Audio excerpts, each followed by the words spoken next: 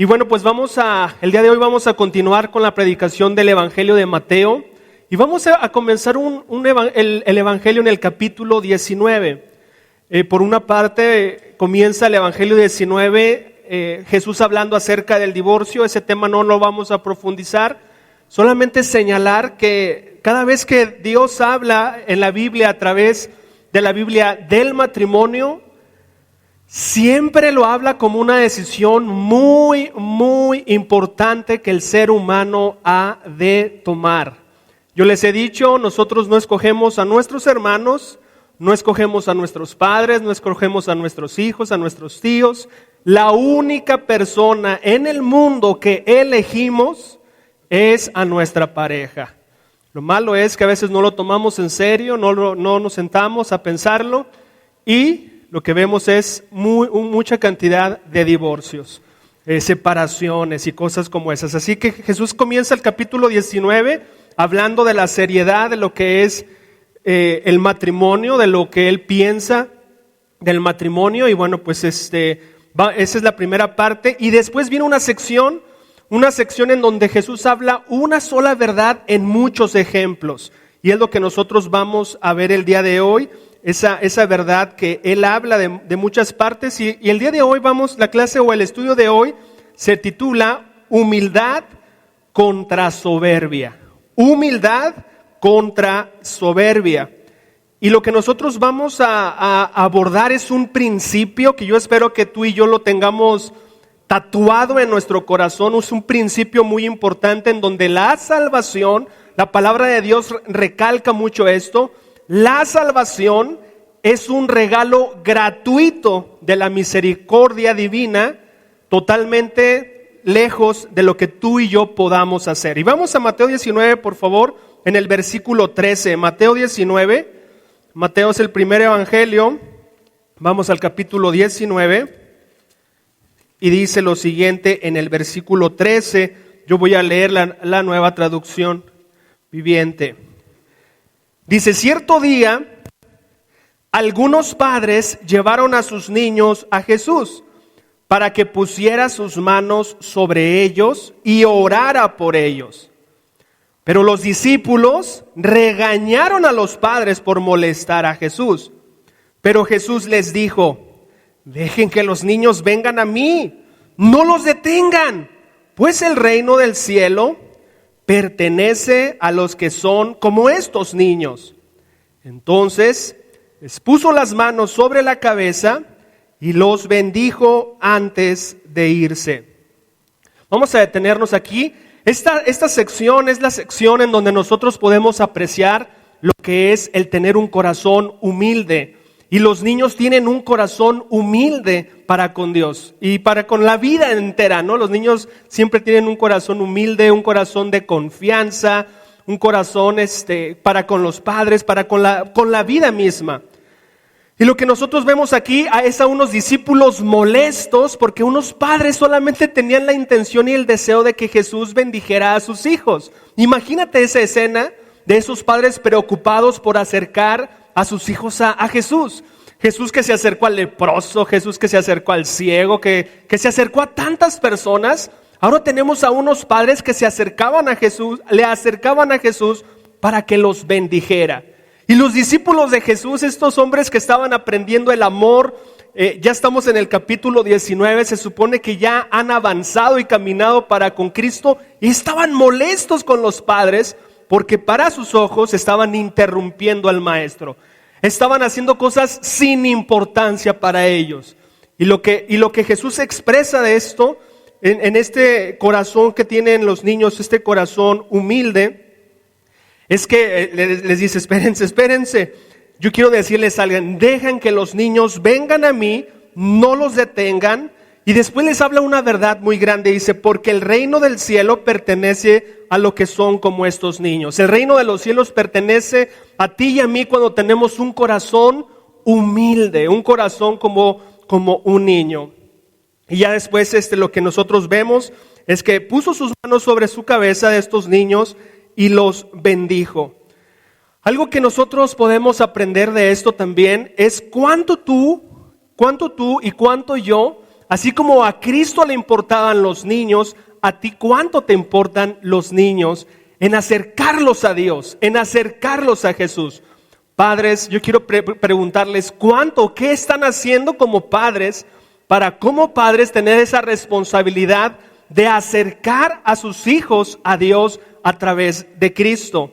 Algo que nosotros podemos ver en las iglesias y que puede reflejar nuestro interés o desinterés respecto a los niños es en la constante problemática muchas veces que se tiene de poder buscar voluntarios para los maestros de los niños. Es una complicación, pero eso refleja algo muy interesante. No me interesa. No me interesa lo suficiente para poder abordar los retos que siento para poder estar ahí. Tal vez te sientas insuficiente, yo no sé nada, ¿cómo les voy a enseñar? Cosas que puedes aprender, pero refleja, y tú has escuchado la iglesia de Guadalajara a lo largo de 30 años, lo difícil que es, aún los mismos padres, los mismos padres de nuestros mismos hijos, muchas veces también tenemos esa indiferencia a participar. Si Jesús estuviera en una iglesia cristiana y dice, yo escojo allá, yo escojo con los niños. Porque para Jesús los niños son sumamente importantes. Él sabe el corazón humilde, Él sabe lo que puede construir en los niños y muchas veces nosotros demeritamos. A los abuelos, ustedes también tienen mucha influencia sobre sus nietos, sobre sus nietas.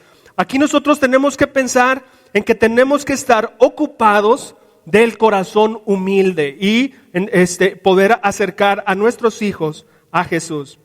Aquí pues lo que nosotros vemos es eso, de que los niños son importantes para el corazón de Jesús y lo demostró así.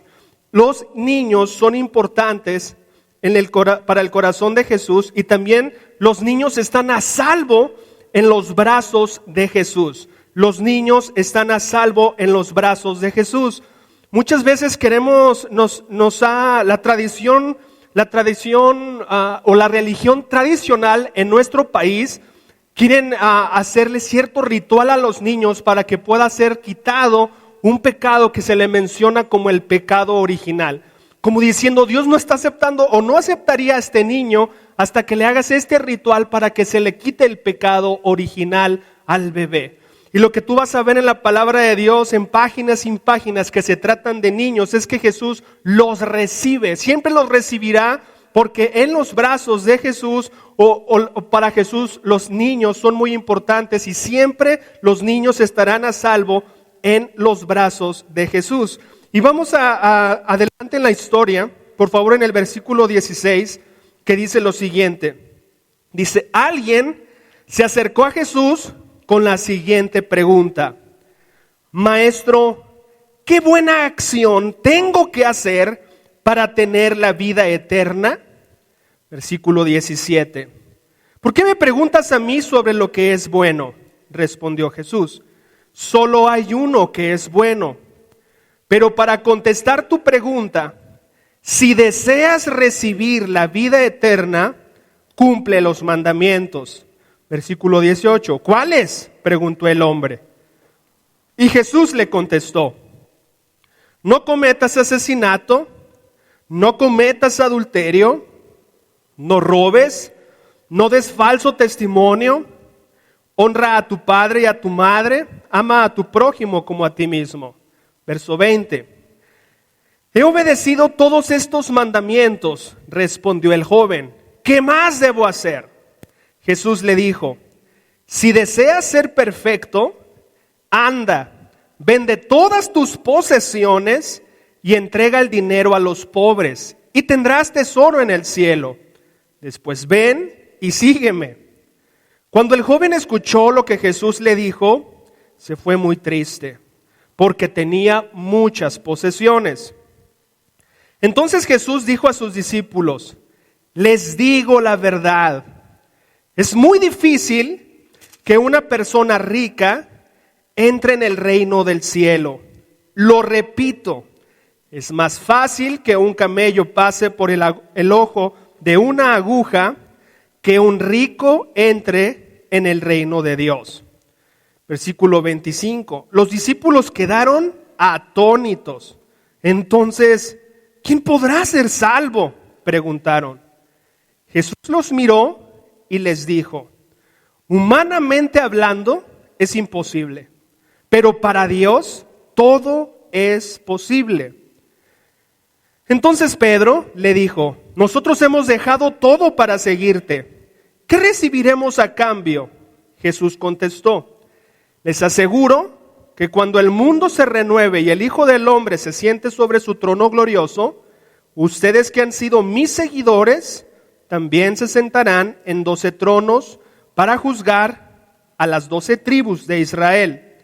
Y todo el que haya dejado casas, o hermanos, o hermanas, o padre, o madre, o hijos, o bienes por mi causa, recibirá 100 veces más a cambio y heredará la vida eterna.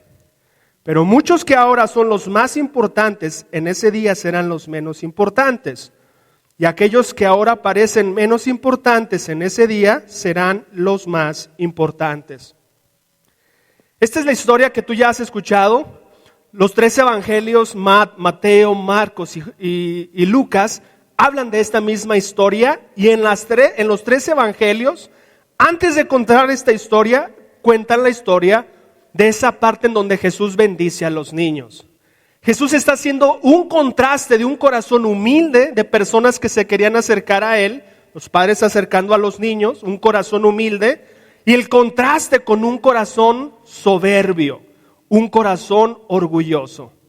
Nos deja ver Marcos que este hombre, al preguntarle esto a Jesús, esta pregunta fue en pseudo humildad, porque dice que se arrodilló. El evangelio de Marcos dice que se arrodilló para preguntarle.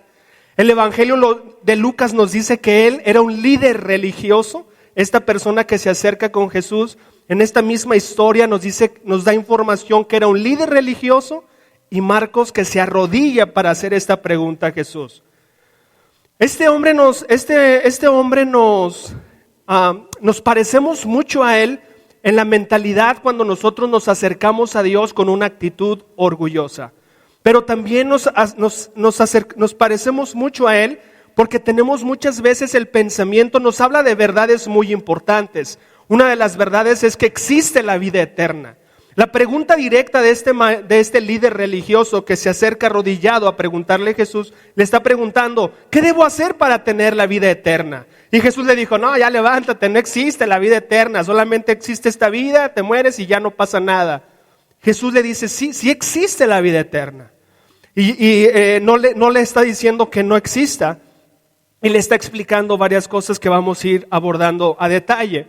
Entonces, lo primero que tú y yo tenemos que aprender es: sí existe una vida después de la muerte, sí existe. Lo que tú vas a hacer ahora va a ser muy importante que tú puedas vivirlo y verlo a través de una vida después de la muerte. Y este hombre le está preguntando mucho que a nosotros pensaríamos que es así, que las reglas del juego en la vida de fe pensamos que es así. Y nosotros pensamos que en la vida de fe es: ¿qué hago para poder estar en la vida eterna? Este maestro religioso le dice: Jesús, ¿qué puedo hacer para estar en la vida eterna? ¿Qué tengo que hacer? Pensando que son los méritos que uno tiene que tener. Y bueno, en los otros evangelios le dice con esta palabra: maestro bueno, ¿qué tengo que hacer para heredar la vida eterna? Y Jesús nos da una verdad muy importante, que es: solo Dios es bueno. Eso es bien importante, ¿eh? Solo Dios es bueno. ¿Por qué te digo esto? Porque nosotros asimismo nos creemos buenos, porque nos comparamos con el que está encarcelado, con el que hace cosas a nuestros ojos extremadamente malas. Y te digo, yo pienso que un 90 y algo %, porque también me ha tocado escuchar a personas que dicen: no soy bueno, pero es un porcentaje muy corto. La mayoría de las personas nos creemos buenas, y que cuando muramos estaremos con Dios en la vida eterna porque decimos: soy bueno. Y lo que le está diciendo Jesús: solamente Dios es bueno. Y empiezan a hablar de lo que nosotros podemos ver, lo que la palabra de Dios habla. Y lo que yo quiero decirte es que la llamada de Jesús, la llamada que nos va a hacer Jesús, que te está haciendo Jesús a tu vida, siempre exige una entrega radical.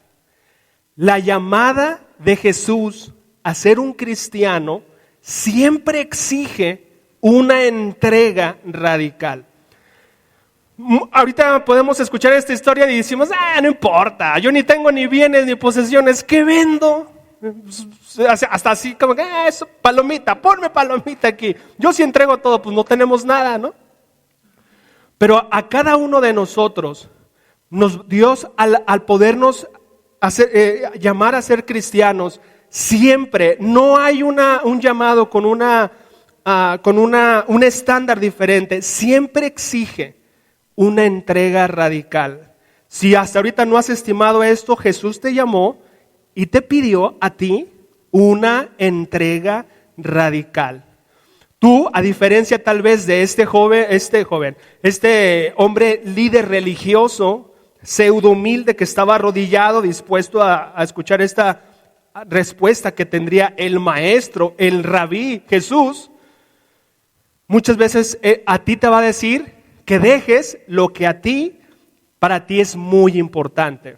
Ya, entonces siempre la llamada de Jesús a la salvación exige una entrega radical.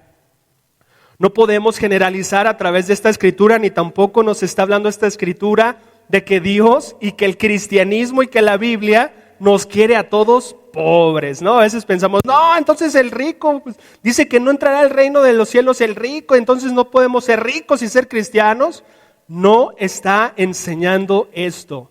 Está hablando de una entrevista con una persona y lo que a él estaba costando trabajo y lo que a él le estaba llamando Cristo. Sí le estaba llamando a él una entrega total, una entrega radical. Y lo que nosotros podemos aprender de esto es que a ti y a mí, y nosotros podemos ver muchas escrituras, ¿no? Dice, si quieres seguirme, ¿cuáles son las implicaciones que Jesús nos habla? Olvídate de ti mismo, carga con tu cruz y sígueme. Familia, eso es entrega radical. Algo que nosotros a veces no nos damos cuenta, es que algo que nosotros tenemos que darnos cuenta, familia, y no importa qué tan adinerado o qué tantas posesiones podamos tener, algo que que vemos constantemente en la Biblia es lo peligroso, escucha bien, debemos darnos cuenta de lo peligroso y mortal de lo que nuestra naturaleza tiene del deseo de poseer. Nuestros corazones tienen el deseo de poseer. Nos queremos hacer de varias cosas, pero tenemos que tener en cuenta que eso a veces puede ser peligroso y mortal y no lo necesitamos desestimar. Estamos acostumbrados a pensar en la riqueza. Cuando nosotros pensamos en la riqueza familiar, la pensamos y la asociamos como una bendición. La asociamos, la bendición y la riqueza solamente la asociamos como una bendición.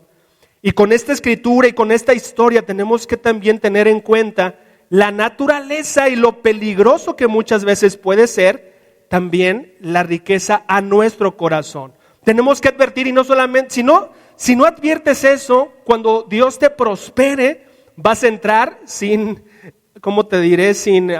escudos, porque estás confiado, Dios me está dando, y no vas a estar cuidando. Mira, vamos a primera de Timoteo, vamos a apartar esta historia de Mateo, y vamos a la primera carta de Timoteo, por favor, primera de Timoteo 6, del 9 al 10. Primera carta de Timoteo,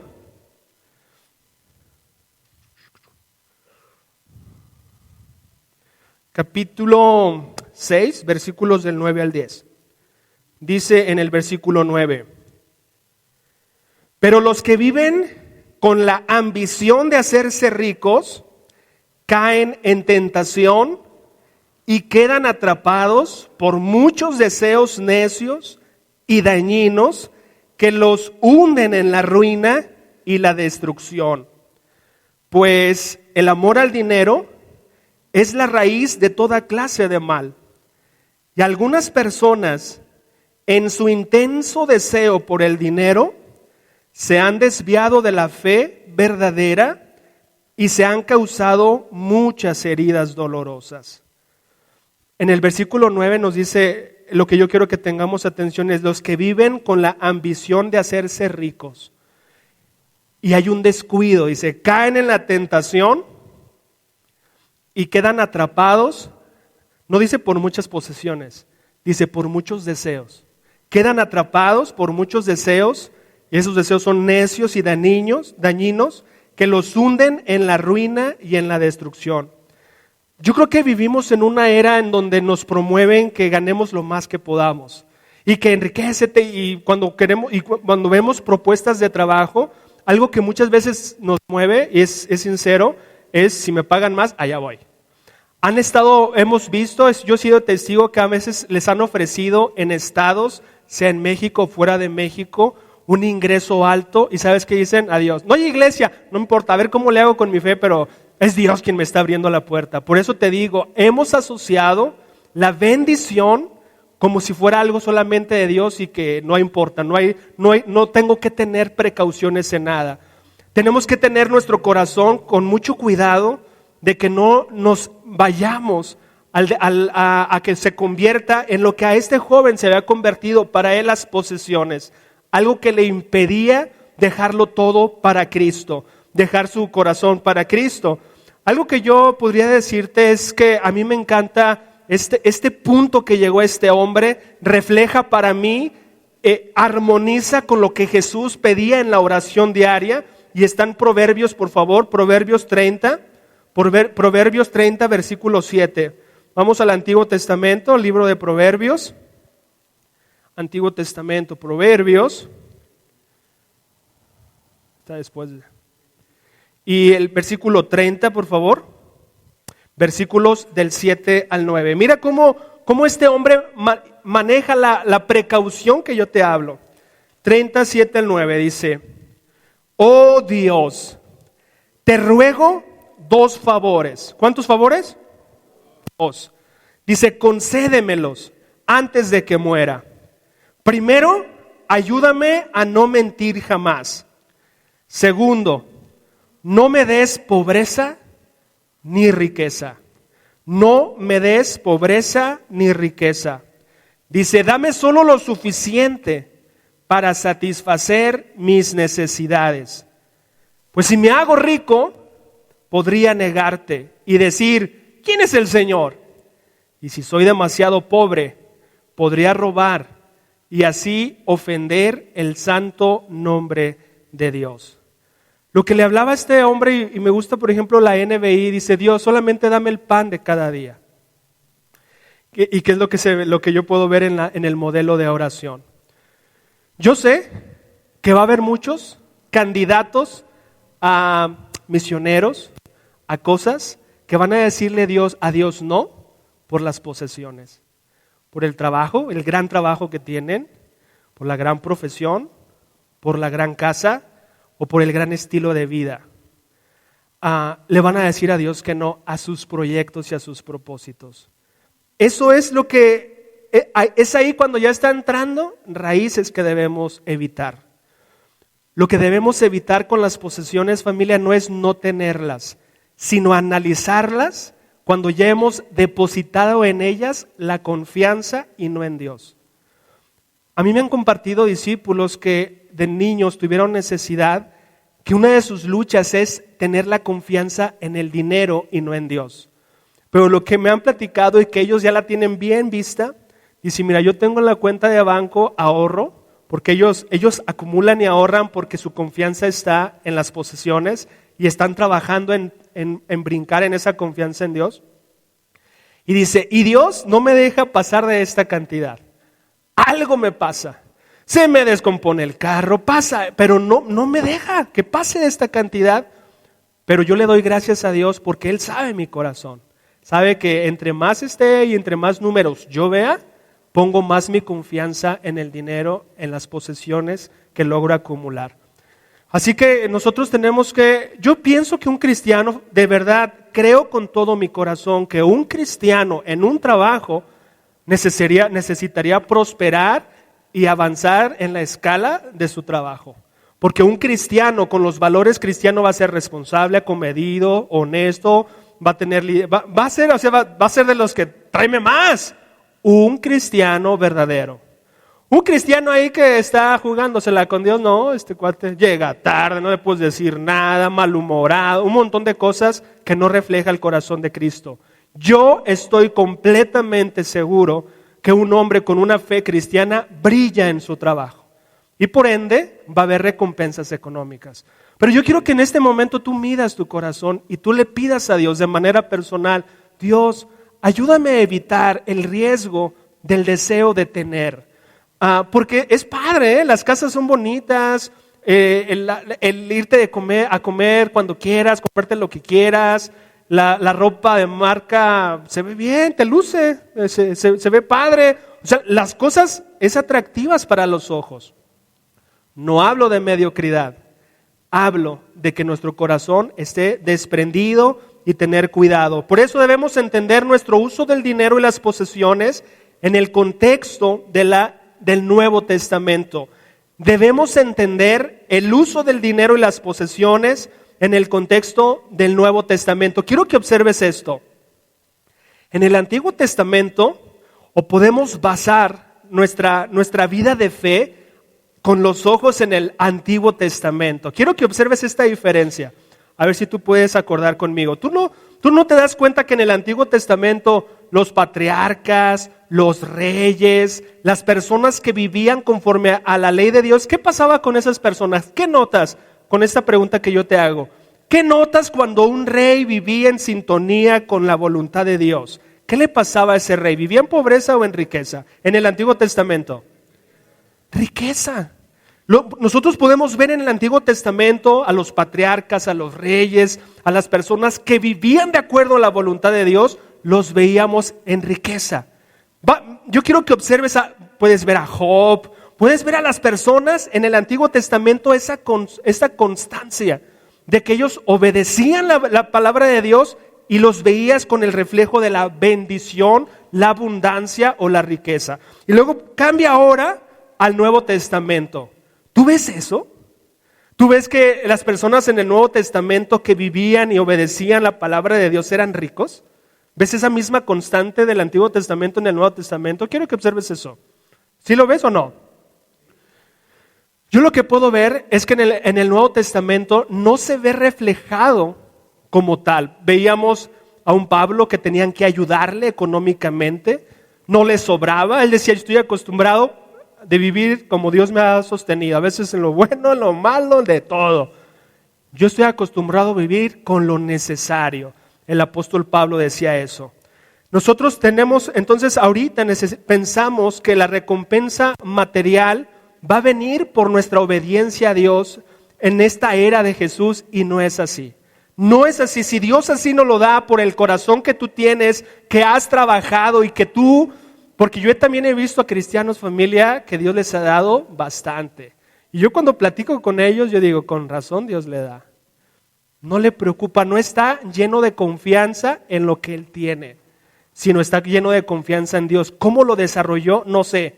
Yo quiero preguntarte ahorita, tu corazón, si Dios te diera a ti mucho dinero ahora, ¿crees que estarías preparado para hacerlo?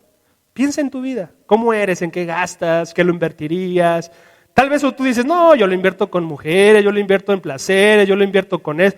Muchas cosas el hombre, cuando Dios le da, lo podemos usar de manera correcta o incorrecta. Pero lo más interesante, entonces algo que vamos a tener que tener cuidado, familia, es que debemos entender que el uso del dinero y las posesiones en nuestro contexto, en el Nuevo Testamento o en el Nuevo Pacto, es que si tú vives conforme a la voluntad de Dios, no necesariamente vas a ser rico económicamente. Yo quiero que observes las clases y todo lo que porque hay clases en el internet y en muchos lugares de pastores y de hombres que están súper seguros que tienes que ser próspero, así como que tienes que ser sano y ninguna enfermedad te va a tocar y ningún mal te va a tener. Yo quiero que observes en qué cosas se están apoyando, qué escrituras se están utilizando para apoyar esa idea de la prosperidad y de la forzosa bendición de lo que es el que tú puedas vivir la palabra de Dios y ser enriquecido. Yo lo que quiero decirte es que nosotros necesitamos aprender este corazón como lo que decía Proverbios, sentirnos, al tener lo suficiente, tenemos que sentir ese gozo, esa satisfacción, pero sí luchamos contra el bombardeo de que llega tu familiar con un carro del año, con una cosa y tú luchas, ay, ¿yo cuándo? Ay, yo esto, oye Dios, pero si yo soy tu hijo y ¿por qué a mí no me bendices? Y empieza a luchar tu mente con esto. La llamada de Jesús, que es una llamada radical, algo que no sé por qué no lo observó, pero también nosotros pudimos ver en la historia que Jesús sí llama de manera radical a dejarlo todo, pero la llamada de Jesús a la salvación también garantiza una recompensa radical. Dios nos llama con un llamado radical, pero también garantiza ese llamado de Jesús una recompensa radical. A este líder religioso le estaba diciendo, vende todo lo que tienes. No solamente le dijo eso, vendo todo lo que tienes, dice, vende todo lo que tienes y le dice, y dáselo a los pobres. Ahí es donde tocó para él la confianza que él tenía. Pero inmediatamente que le está diciendo esto, de vende todo lo que tienes y dáselo a los pobres, inmediatamente Jesús le está hablando de una recompensa para él, una recompensa radical que él pudiese tener. Mira, vamos a nuevamente leerlo por si no pusiste atención en este texto, en el 19, en el versículo 21. En el versículo 21 dice, si deseas ser perfecto, anda, vende todas tus posesiones, entrega el dinero a los pobres, ¿y qué va a tener él? Dice, y tendrás tesoro en el cielo. Inmediatamente le dice, y vas a tener, te garantizo un tesoro radical, una recompensa radical. Inmediatamente cuando le está diciendo, no se lo dijo, no se lo escondió, dijo, de lo que te perdiste, si hubieras sabido. No, inmediatamente, ¿sabes qué? Vende todo lo que tienes, dáselo a los pobres y tendrás tesoro en el cielo. Para él, dijo, no sé por qué no, lo que no entiendo es, a este joven rico, ¿por qué no le gustó esta transacción? No creyó en los tesoros en el cielo. ¿Por qué tú crees que no haya accionado en ese momento? Pensaría que, yo veo que él deseaba tener vida eterna. Entonces, si él deseaba tener vida eterna, él creía en el cielo. Mi pregunta era, ¿por qué no quería este joven tener tesoros en el cielo? ¿Por qué no? ¿Por qué prefirió el aquí y el ahora? No entiendo su proceder, pero el apóstol Pedro también le dice, oye Jesús, nosotros hemos dejado casas, nosotros hemos dejado todo para seguirte. ¿Qué onda con eso? Nosotros hemos seguido a ese llamado que tú nos has hecho radical. Y Jesús les dice, yo sé, mi llamado es radical, es a dejarlo todo y no es fácil. Y después Él nos está hablando de esa recompensa radical. Dice, les aseguro que cuando el mundo se renueve y el Hijo del Hombre se siente sobre su trono glorioso, ustedes que han sido mis seguidores, también se sentarán en 12 tronos para juzgar a las 12 tribus de Israel. Luego en el versículo 29, y todo el que haya dejado casas, hermanos, hermanas, padre o madre, hijos o bienes, por mi causa, recibirán 100 veces más a cambio y heredarán la vida eterna. Yo quiero decirte, yo quiero animarte. Eso es radical y la gente que está a tu alrededor no lo entenderá. Si tú fuiste misionero, sabes lo retante que es estar distanciado de tu familia. Es retante. Tal vez, por eso te digo, a veces podemos estar distanciados por cuestiones de trabajo, pero es retante. Estar distanciado, pasan necesidades, quieres estar ahí, quieres apoyar, quieres estar cercano, quieres nutrir tus relaciones familiares. Hay un momento en esa distancia que tú quieres regresar y estar cercano. Tus papás son grandes, están muriendo, tú quieres atenderlos, tú quieres hacer cosas. Y no solamente habla Jesús de las relaciones padre, madre, hermanos, también habla hijos o bienes por causa mía. Yo lo que quiero preguntarte, así como este joven, no sé qué no vio, no sé si escucharía. Yo quiero preguntarte, ¿tú crees que Jesús te va a dar 100 veces más si sacrificas por su reino las cosas? ¿Crees? A mí me llama mucho la atención esto que te voy a decir. Llegan hermanos, este vocabulario cristiano, a ver si no se te hace conocido. No, mira la camioneta del Señor, dicen, ¿no? Mira la camioneta del Señor, que están reconociendo que el carro se lo dio Dios. Y la pregunta obligada que yo tendría para una persona así es, ¿y qué hace esa camioneta para el Señor realmente? O sea, ¿es nomás porque se te ve muy bonita o porque es para el Señor? ¡No, mira la casa del Señor! ¿Y por qué es esa casa del Señor realmente? O no, mi dinero es del Señor, mi vida es del Señor. Tenemos un vocabulario que decimos que todo le pertenece a Dios, pero nos preguntamos, ¿realmente es Dios quien está usando tu vida, tu casa, tu auto, tus cosas? ¿Es Dios o solamente tú? Si no, se va a convertir solamente en vocabulario, no realmente en acciones. Entonces, cuando nosotros decimos que todo le pertenece al Señor, familia, necesita reflejarse en nuestro uso de las posesiones o aún en nuestra propia vida. Eso es algo que le estaba llamando. El llamado de Jesús es un llamado radical, pero lo que te quiero decir es, oye Jesús, ¿y por qué me prometes que me vas a dar 100 veces más? Cristo vino a morir por mí. Eso tendría que ser suficiente para mí, de yo darte mi vida y todo lo que yo tengo. Eso debería ser suficiente, pero Jesús dice, pero yo quiero hacerlo. Yo quiero hacerlo, yo quiero recompensarte en el cielo.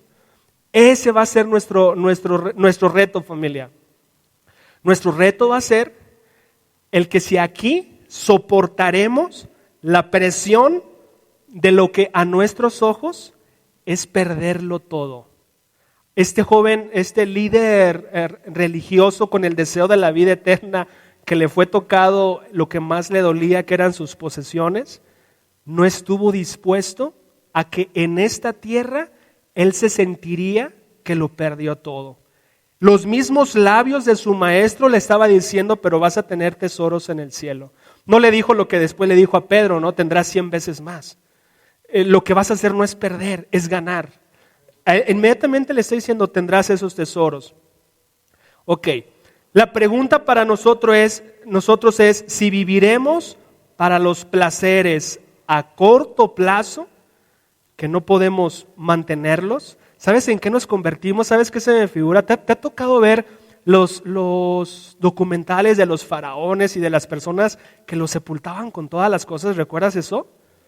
Y era impresionante, ¿no? Cosas de oro y más, un montón de cosas porque los iba a acompañar en el más allá. ¿Los acompañó en el más allá? Se fueron sin nada y ahí quedaron las cosas. Y los cazadores de tumbas, vámonos. Pero así nos convertimos los cristianos. No, yo quiero tener. Por eso la pregunta es, ¿nosotros viviremos para los placeres a corto plazo? Para poder tener cosas que no podemos mantener, como hasta los hombres más ricos del mundo. Si llegases a ver no sé, Philip, si tú la llegases a ver, ¿no llegaban a ver los grandes embarcaciones, por ejemplo, de este hombre de Apple, de Mac, Steve Jobs, unas casononas y unas que no alcanzó ni a estrenar? Era el hombre más rico del mundo, se murió de cáncer, no pudo todo el dinero parar eso, pero no se llevó nada. Vas a ver ejemplos y ejemplos. Las personas, hombres y mujeres, que aprenden esta parte de que no vamos realmente a dejar nada, no por mediocridad, sino porque realmente vamos a darle a Dios lo mejor de nosotros, hay un descanso, hay algo, o lo que está hablando Jesús. ¿Vamos a vivir entonces para los placeres a corto plazo que no podemos mantener, o para los tesoros a largo plazo que no podemos perder? ¿Para qué quieres vivir? ¿Para aquellos tesoros que no puedes mantener, o para aquellas cosas a largo plazo que no puedes perder? Eso es algo que tenemos que tener. Eso sería una sabia inversión. Una sabia inversión en nuestra entrega radical, porque nuestro retorno es 100 veces. Pregúntale a quien quiera si de inversiones, que te sepa de inversiones, si 100 veces más no es una buena inversión. Pregúntale. Muchas veces se van con el 4%, pero háblale de 100 veces más, es una buena inversión. Yo, familia, no sé si me tomas en serio o no, pero realmente esta iglesia es la iglesia que Dios espera que podamos ir por personas en Guadalajara. Y para ir por personas en Guadalajara, como misioneros que somos, sí vamos a requerir sacrificar. Sí lo vamos a hacer. Sacrificar tiempo, familia, cosas. El punto va a ser si vamos a estar dispuestos o no. No te voy a obligar, eres pecador si no lo haces. Es tú y Dios. Es tú y Dios. Son tus tesoros y tus posesiones lo que tú mantienes como prioritario. Es el llamado que Dios a ti te hizo de manera radical, como a mí me lo hizo de manera radical. Así que lo que yo te quiero invitar es, no perdamos de vista esto. No perdamos de vista esto, porque nuestro corazón en Jesús lo vale la pena. Este joven, los discípulos querían alejar a los no molestes al maestro. Los discípulos, al corazón humilde, los discípulos lo querían detener. Los discípulos, al corazón orgulloso, los discípulos lo querían atender. Lo que nosotros hoy aprendimos, o lo que aprendemos en esta historia, familia, es tener un corazón humilde. Yo veo en este hombre que tenía la intención o las ganas de tener una vida de fe, una vida de la vida eterna, un pensamiento de la vida eterna, pero no estuvo dispuesto. La entrega radical a tu vida y a mi vida es estar dispuestos a entregar lo que sea, lo que Dios nos pida. Muchas veces es cierto pecado, ciertas cosas que nos tienen atrapado muy personalmente a cada uno de nosotros, y no necesariamente esto.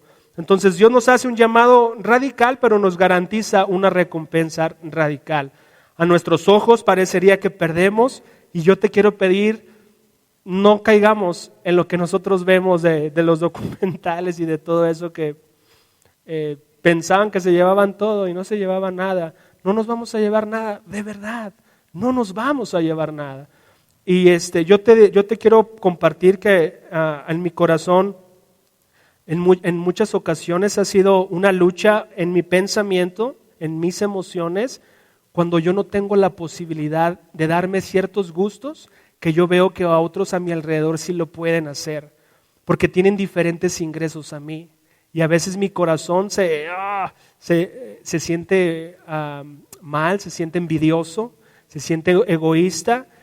Y por ejemplo, escrituras como estas me enseñan a decir, Fer, tú paga el precio, si estás dispuesto. Pero cuando ya estás amargado y no estás pagando el precio, eso no es pagar el precio, eso se hace con un corazón resuelto y feliz. Así que me siento muy contento también de ver testimonios de ustedes, familia, que están sacrificando.